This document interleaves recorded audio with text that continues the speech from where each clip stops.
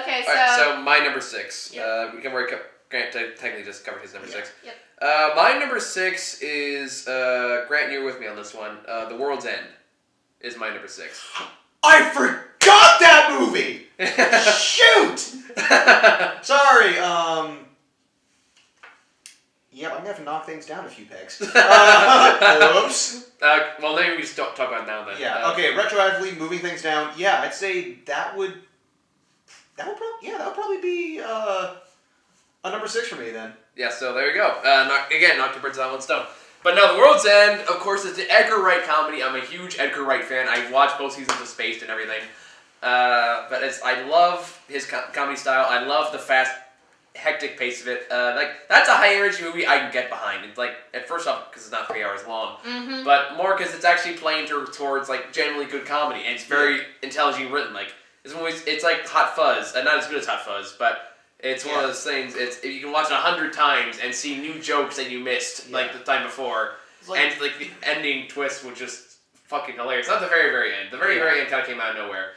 Yeah, but it's one of those movies where, it also kind of proves the auteur theory, that even an auteur's worst movie is still better than, the average person's best. I wouldn't say that The World's End is the worst of the Blood and Ice Cream Cornetto series. trilogy. Yeah. No, it was definitely the weakest, but even then, it was still... honest to God, I still think Shaun of the Dead is the weakest, to be honest. I agree. I never really cared for it. I still think it's funny, but I honestly thought it's still the weakest of the 3. I agree. Well, that one I always enjoyed more because, one, it felt like it was a lot more one, it was more focused. 2, the plot actually was moving at a good pace. And I just felt like the satire was a lot stronger, kind of better well constructed there. Maybe. I guess it all comes down to taste. But either know. way, I just know they had that one part. You know what I'm talking about. One of the funniest lines in the movie was when they start getting drunkenly slivering down. He goes, "Why are you still doing this?" It's like, no, because nobody else has a better plan, so fuck it. Because how the whole thing goes, wait, what are you doing? It's we're pretending to fit into the rope, Legends Rollins, so we're going from bar to bar and still finish at the Golden Mile. He goes, "Why are you doing that?" He goes, "Because no one else has a better idea, so fuck it." Yeah. That was just it's just every time they use that fuck it phrase in there, it was hilarious, especially in the end. Wait, so... It's there's no arguing with you, without giving anything away. Yeah, so, let's go? Oh, yeah. Yeah. Fuck it. You and I completely lost it when that happened. It's just one of those things, it has great actors behind it. It's Edgar Wright's writing is still sharp as ever. It's still great as ever. He carried over the fight scenes from Scott Pilgrim, apparently. I'm okay with that. Yeah. That bar fight scene was fucking fantastic. Oh, yeah. How he's still trying to drink the beer because he's getting knocked out of his hand. Oh, well, all the fight scenes are good. The bathroom, the bars, the... It's really when you think about it, if you look at the genres, from Shaun of the Dead to Scott Pilgrim, the fights get more and more insane as each movie went on. Shaun of the Dead had very, very kind of vague fight scenes. Then Hot Fuzz had that insane climax. Yes. Yeah. Which I think I ranked as one of my top 7 favorite climaxes of all time. You did. And Scott Pilgrim just upped the ante even more because then his budget kind of progressively started growing on an exponential rate. So then I kind of carried over to The World's End. And I kind of wish I was more successful than it was. But it still did pretty well, all things considered. I think it did, financially did the best of the bunch. Yeah, so hopefully it gets more right from... even then he's writing Ant-Man right now. Or he just finished writing Ant-Man, he's working on that. Yeah, and then... But, I have a feeling, for some reason, he's still not going to make... even though it's Marvel, he's still not going to make a bunch just because Edgar Wright, he feels more like a niche director. Yeah. I want him to succeed with Ant-Man, but it's I don't know, I just have that feeling it's still going to perform the weakest out of the bunch because, well... It's Ant-Man. Well, it does have some pretty A-list stars behind it.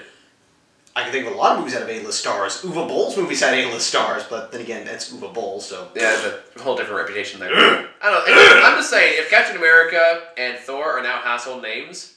They're always household names. Ant-Man's just one of the guys who's just he was a B-hero. Come on. Who actually knew who Thor was as a Marvel character before the movie came out?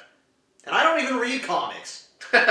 Not the average people did. I remember having to explain to a lot of people who the hell Thor was. Anyway, my point is, I'm optimistic about Ant-Man. Either way, World's End, fantastic comedy, loved it. Easily one of the funniest movies of the year. That was actually meant to be funny. Yeah. Good clarification. Yeah. I'll explain that later. Yeah, we'll get to that in the next video. But that's my number 6. So, Sarah, what's your number 6? We're off to see the wizard. Really? My number 6 is Oz the Great and Powerful. I put this on my list for a few reasons. One, I looked forward to this movie when I heard about it. I loved it when I saw it. I want to get it on DVD, and I had a suspicion that it was going to be one of those films that people forgot about by the new year, and in my opinion, it deserves to be remembered, at least for people like myself who are Oz fans. It has some beautiful cinematography and effects in it. I still love the fucking China girl. Oh yeah, I forgot about her. Let's go kill ourselves a witch. That's actually a line in the movie. She has a shiv and everything. Yeah. and I still need to see this movie. I heard it's not that great, but it's like I want to see it just because I'm a Sam Raimi fan. I think it's fun. It's kind of corny and cheesy, but it knows it's kind of corny and cheesy. I loved the effects. I loved the connections between this and other parts of the Oz franchise. At some point in time, I'm gonna get all 3 movies on DVD and watch them. In It's order. like 3? Yes. Oh, that one. Oh, come on, that was a good one. It's a cult classic. No, it's like, I'm not saying it's bad, it's just like, I just remember, it's like... creepy as fuck, but... Yeah, it's all those movies like, I only saw it as a child, and every time I did, I just didn't know what the hell was going on. But this movie just made me happy. It just... Also made by Disney, by the way. It just warmed my heart, and if you're an Oz fan, I recommend it. It's fun. Is it perfect? No, that's why. Mila Kunis. That's why it's my number 6. But Because of Mila Kunis? because I recognize that it has its imperfections, but I can't help it. I loved it. All right, fair enough. I think it's my turn now. Yeah. So for number 5. So my number 5, Gravity. Makes my number 5. Were you there with us on that one, sir? No, it was Emma. Yeah, it was Emma. I haven't seen it yet. That movie just fantastic atmosphere.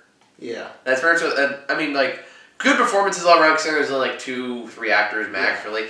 And also, I think we can also agree, best use of 3D in a... Abso-fucking-lutely. That's what I keep hearing. Like that and How to Train Your Dragon, like the 2 movies I've ever seen in 3D, it's like, that deserved to be in 3D, because they really knew how to use it. Yeah. And it's like, it looked, like I made you emphasis in the review too, it looked amazing. Like, you felt like you were in space. It just, the feeling of depth and scale and like the breadth, like the levity of it just felt fantastic. Yeah. It knew how to capture that feeling. And of course, Sandra Bullock did a great job of carrying the movie too. Which, it's refreshing considering how many terrible romantic comedies she does on a regular basis. And, really cheesy movies about people playing football. But I'm sorry, I still think that movie's a piece of shit. I don't care what anybody says.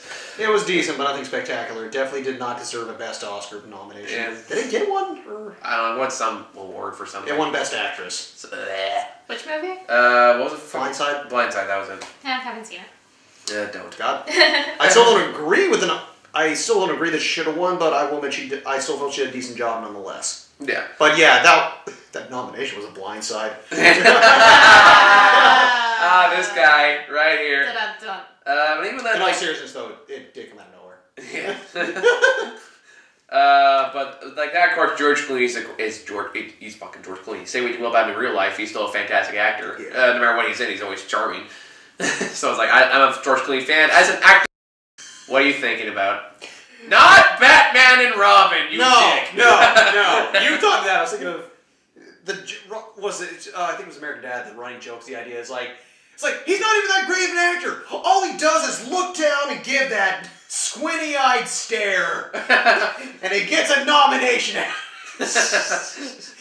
Says Seth MacFarlane. No, I agree. No, but I agree with you though. It's like hosted the Oscars. It's like I can't even think of any time he's done a bad job. Well, except Batman and Robin.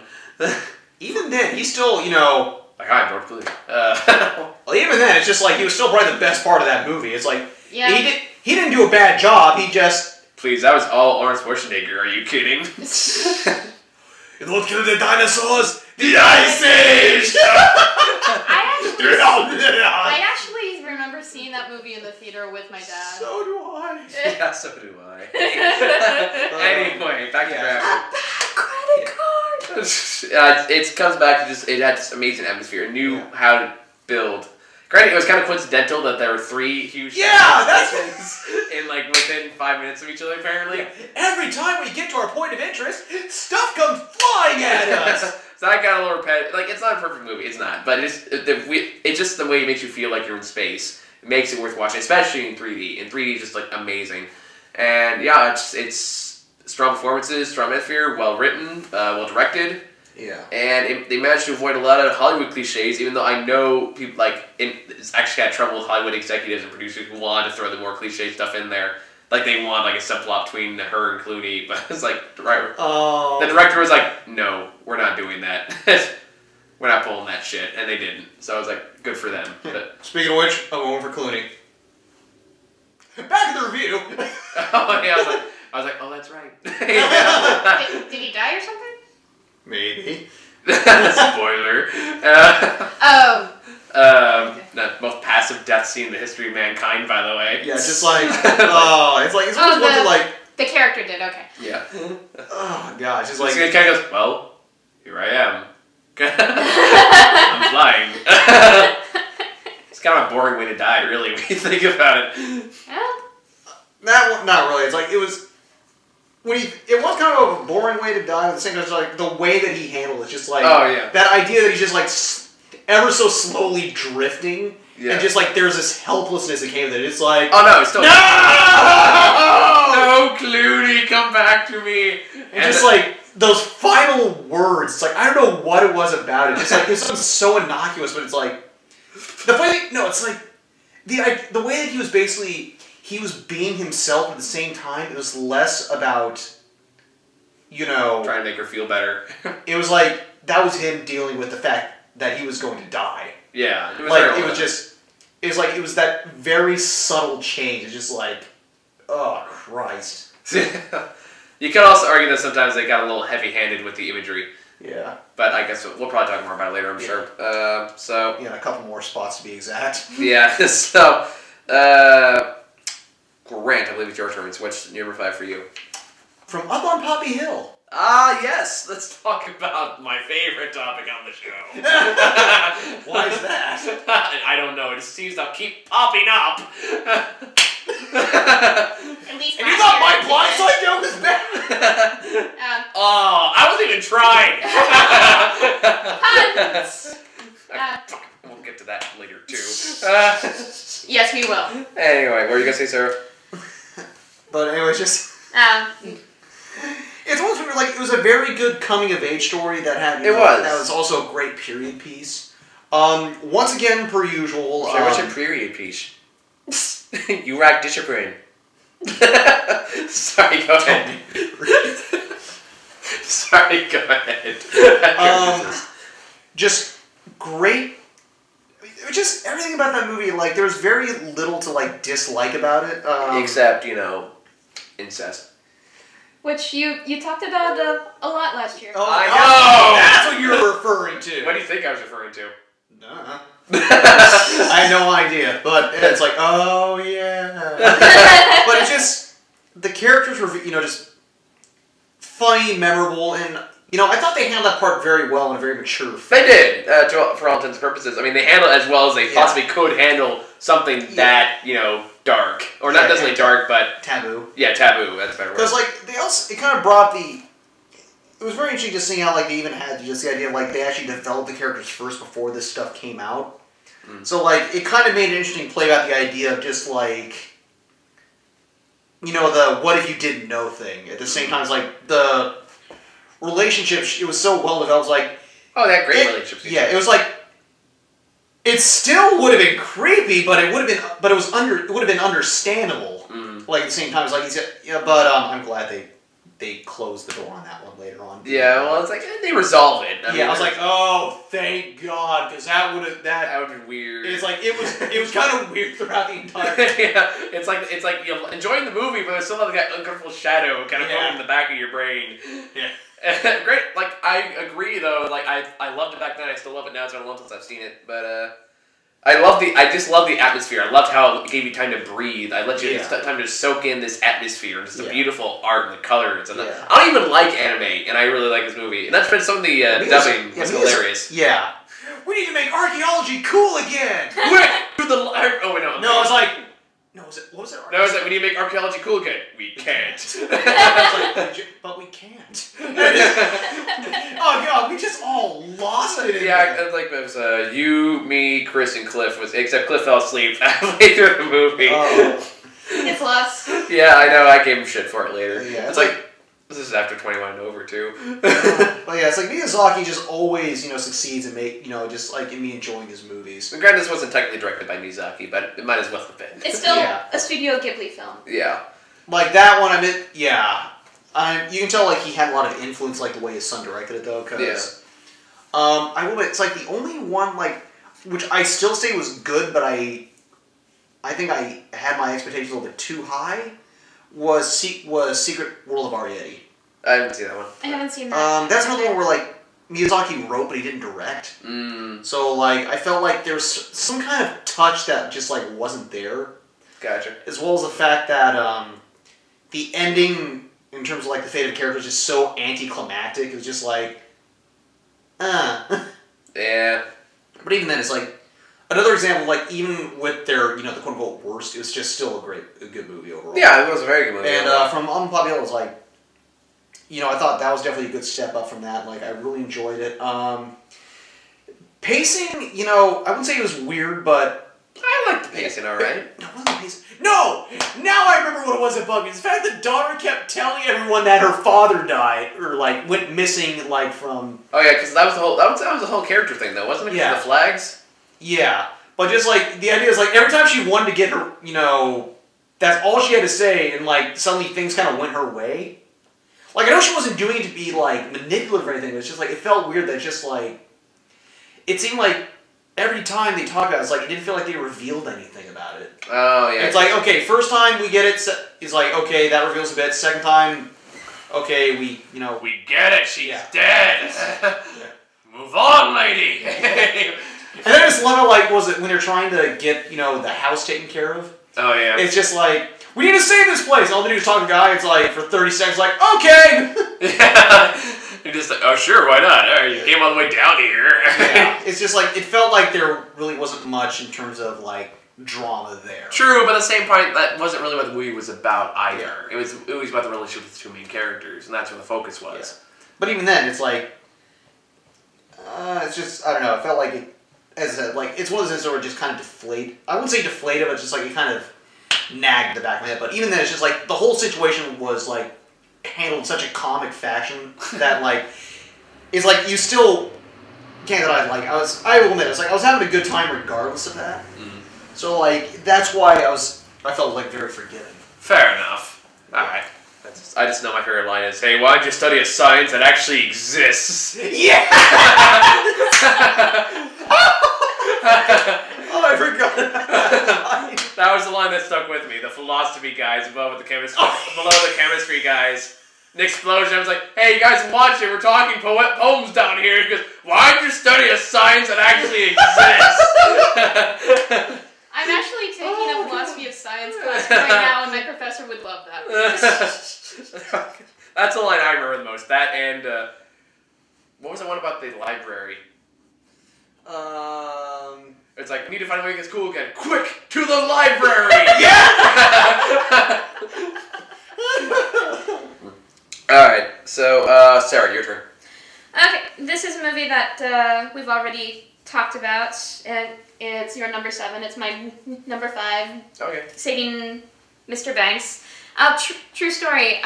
When I was waiting for my train to school this morning, I actually found myself singing "Let's Go Fly." I've had that damn song stuck in my head since I saw the fucking movie. I always loved because I knew that I was going to be doing this later tonight, and I was thinking about my list, and that's just, for lack of a better word, that's just the magic of whimsical, heartwarming Disney. And Smarmy. I like it more than you two. Clearly, yeah. So anyway, it's my turn to talk about it. So shut up. How dare you! That is a work stab in the trachea. You're not going to breathe. Hey, you won't die. You just have a harder time talking. Anyway. But I think I'm gonna use the restroom. Yeah. So you know what? After this, I'd say we take a break. Yeah, that's fine by me. Yeah, because we're at the halfway point anyway. Yeah. And so I loved the edits. I loved the cinematography. I thought that the child actors did a good job. I loved the storytelling. Yes, it uses flashbacks, but they're well done, and Colin Farrell's performance deserves recognition. And I really liked Paul Giamatti's character. He's very charming, and this is a Disney film for adults who grew up with Disney and love Disney, but it respects its audience. It respects their intelligence, and it gives you some insights in a somewhat, I'm sure, glamorized version of how the making of Mary Poppins actually went down, and the fact that they played one of the actual taped writing sessions during the closing credits was a nice touch as well. I have nothing to add to that. Yeah. On that note, I think now's a good time. We're gonna take 5. So here's a commercial break, and I know it's gonna piss you off, but if you after these messages, we'll be right back. So, yep. I'll give a few seconds, make sure I can cover for the time delay. So, welcome back. And you got hungry? Yes, we've been talking so long, we needed refreshments. Alright. So, moving on. Where were we? Starting at number 4. Yep. Yes, number 4. Alright. Next one for 4. For me, Grant, you're with me in this one. American Hustle is my number 4.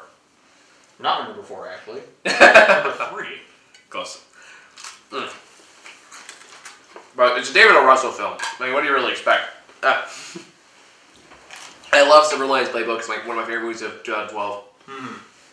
Even though I saw it in 2013. But same thing. American Hustle, I remember talking about this in a review. It's actually very similar to Wolf of Wall Street in that it's very high energy, although quite not as much. In that it's very... There's method to the madness. Yeah, it's very concise. That was what I was looking for. Concise storytelling, even though it's very high paced.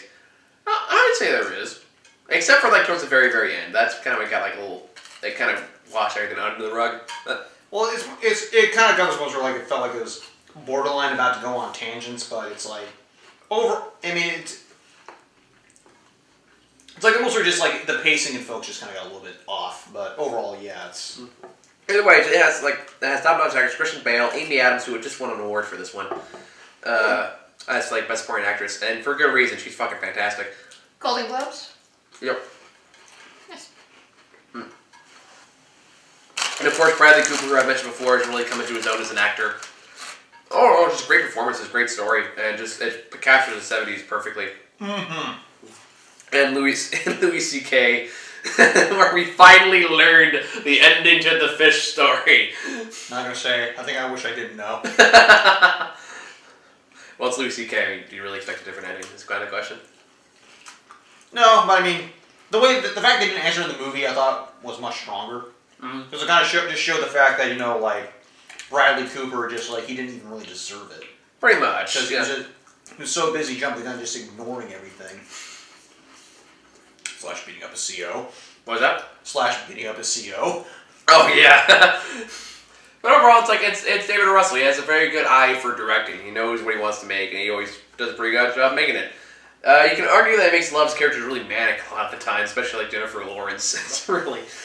Granted, results some of the funniest scenes in the movie, like the scene with the microwave.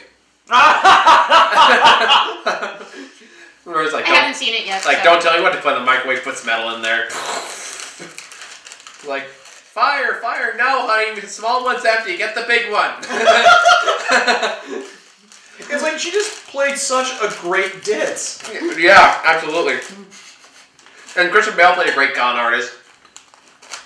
I'm pretty sure he got actually fat for the role. He's just that kind of... Yeah, he did. Oh, did he really? You can tell. That was real. No, I've seen prosthetics before, but either way. And, well, you should see what he did for Machinist. What did you do for that one? He ate nothing but tunas and, like, was it tuna and apple to, like, lose a crap ton of weight. He got down, like skinnier than me. Like, imagine lanky version of me and you get the idea. That's an image I don't want in my head. As he's He got down like 110 pounds or something like that. Sounds ridiculous. Either way, Christian Bale, method actor, so good for him. But either way, it's just overall a really well put together movie. I'm trying to make this shorter because we've been going on for like an hour, so we still got like 4 more spots to go. So And the worst list. That's gonna be rantful. Save it for later, Grant. Think of the happy good movies that we're still focusing on. You could name it like Glimmer of Hope because it would take it away. Yeah. Think of the happy good movies. Like my number one. Oh. More on that later. Alright, anyway. Jesus. Yeah, American Hustle, number 4. Grant, your turn. Mine was Side Effects. Really? Well, admittedly, I was kind of torn between the two, like between number 3 and 4, because American Hustle number 3, I'd say they're kind of flipped. I mean, they're interchangeable, truth be told. Like they're kind of matched. Like American Hustle, I'd say had better characters, but Side Effects had a focused story with some good twists. It changed. It genre hopped a lot. Like that's one thing I would say about it. Like one minute it said. What do you say? It kind of started as a drama initially, then it turned to like a thriller, and then it turned into a mystery. And then it turned to mystery, then it turned into basically just Jude Law fucking with everybody. Oh god, it was glorious. That was fantastic. That was what I kind of liked about this movie, though, was like the way it just kind of, approached the idea of like the way that we seek medication and help, and like factoring it into the plot in a very smart way while kind of reflecting on it. I remember there was a quote in the movie. Because I reviewed the video, but I remember there was a quote in there. Basically, I think it was either you or Chris that brought it up. I think it was we you. Both did. It was a quote that was where he's in the courtroom and he's talking about it. He goes, "Why do you become a doctor in America?" And he goes, "Well, because in Britain, when you say you're going to therapy, they're assuming that there's something wrong with you. When you say you're going to therapy in America, it assumes you're getting better." Yeah, and let me just say, as I've seen and heard kind of mixed things about like. Something I said before, how, like, some people kind of applauded me for saying it, then some people said, like, it's probably best I should have kept that, I should have kept it myself, maybe I should have, but, and, like, that is so true. It's like the cultural thing. I mean, what I just mentioned? Yeah, just that line. Okay, yeah. And, like, the fact that it was just, it felt, even though it felt like a genre pick, at the same time, it just felt so accurate. It was its own thing. Yeah. In terms of just like the way that things are viewed, the way things happen, it's just like it felt very strangely real amidst the kind of strangeness that it had. True. Even the whole thing was kind of meant to turn into a conspiracy towards the very end. Yeah. It's one of those things you're like, when you think about it, like those little subtle clues, it like were actually very that led to a believable twist. True. It's one of those things where you look back and it's like, oh, that would make sense. Yeah. Hey, Shyamalan, when are you going to do that again? I see what you did there. Anyway. So glad I haven't seen any of his movies in a while. Oh, you don't want to see Devil? I guessed the plot twist in the trailer. Oh, come on. Jelly side down. Perfect test. Sorry, Sarah, your turn. But, I'm not done yet. Oh, you're not done yet? Sorry. But anyways, just, as I said, it's all that. Also just very smart, well acted, just a great sense of pacing where I felt like the kind of the changes, they came at a very gradual, believable route, where like, it's just, it didn't feel like, even though like those changes, it kind of went from here to there, like it never felt out of place. Mm-hmm. But that being said, I'm trying to think, what was it like as Chris brought up, it felt like the kind of relationship thing that was a part of the twist felt kind of like shoehorned in there, which I was like, okay, I can kind of agree with that. It's Catherine Zeta-Jones. Yeah. Granted, hot, but still. Oh yes. Jasmine, if you're watching this, on the off chance you are, just saying. Thank you for watching this long, by the way. A doghouse. Anyway.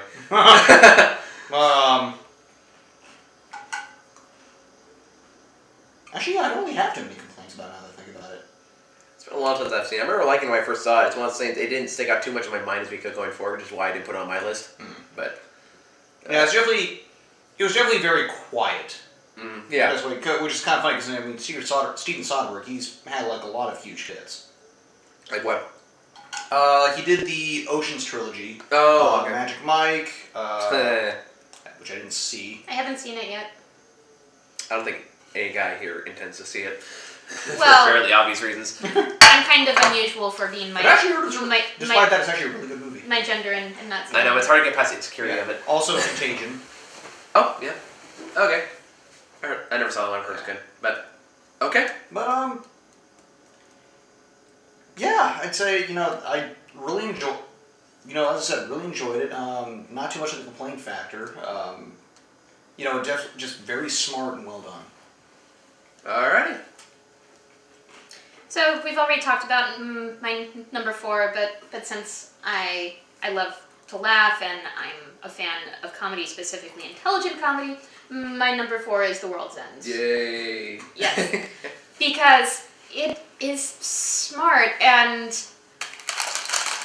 it's the fact that for the entire film you are basically rooting for a group of drunken idiots just makes it all the funnier. And yes, and it's a group of it is one obstinate drunken idiot who wins. Go down the drain pipe.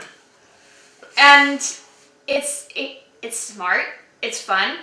Oh, and being the music nerd that I am, they get props from me for using the Doors Whiskey Bar on the soundtrack when they're doing the pub crawl, because I've been wanting to hear that song in a movie in that context for a long time because it's perfect for it. Oh yeah. Yes. I also like Hot Fuzz better. It's so I would put The World's End as my second favorite of the Blood and Ice Cream trilogy, but I think that it's stronger than people give it credit for, and I really enjoyed it. Forgot to mention one thing I did have an issue with, which didn't dawn me until just now. It did have to do with the ending, in terms of... Does it came right the fuck out of nowhere? Well, more like the idea of like how, was it Danny King? Billy King? Oh, what was his name? It's been so long. Yeah. Steinbeck's character, King. Yeah. Yes, the King. There was this it's supposed to kind of promote this idea of change in people to like try and get on with their life, but at the same time it's like you need to change, but if you don't change, you won't save the world because for some reason aliens don't understand. It's just like, I'm getting kind of mixed messages here. Yeah, but he basically wins because he doesn't change. He gets to stay the king. Yeah, but that's what I'm saying. It was like, it felt like the movie, for the most part, was trying to promote that idea of like... It was. Trying to let go of things, just like... That's part of the clever twist, though. And because he didn't change, he also kind of inadvertently destroyed the world. No, just like... Trying to think about too much. Edgar Wright movies aren't one of those messages. I mean, did Hot Fuzz really have a deep message? No, but that was also just meant to be a straight up parody of action flicks. But you can argue that this is also parodying itself too. No, it is, but it's like that. I'm just saying Hot Fuzz, you know, was meant to be less cerebral since it was just kind of parodying those old mindless action flicks. Fair enough. Alright. But yeah, The World's End is my number 4 pick for best movie that and we reviewed in 2013. Alright, sounds good.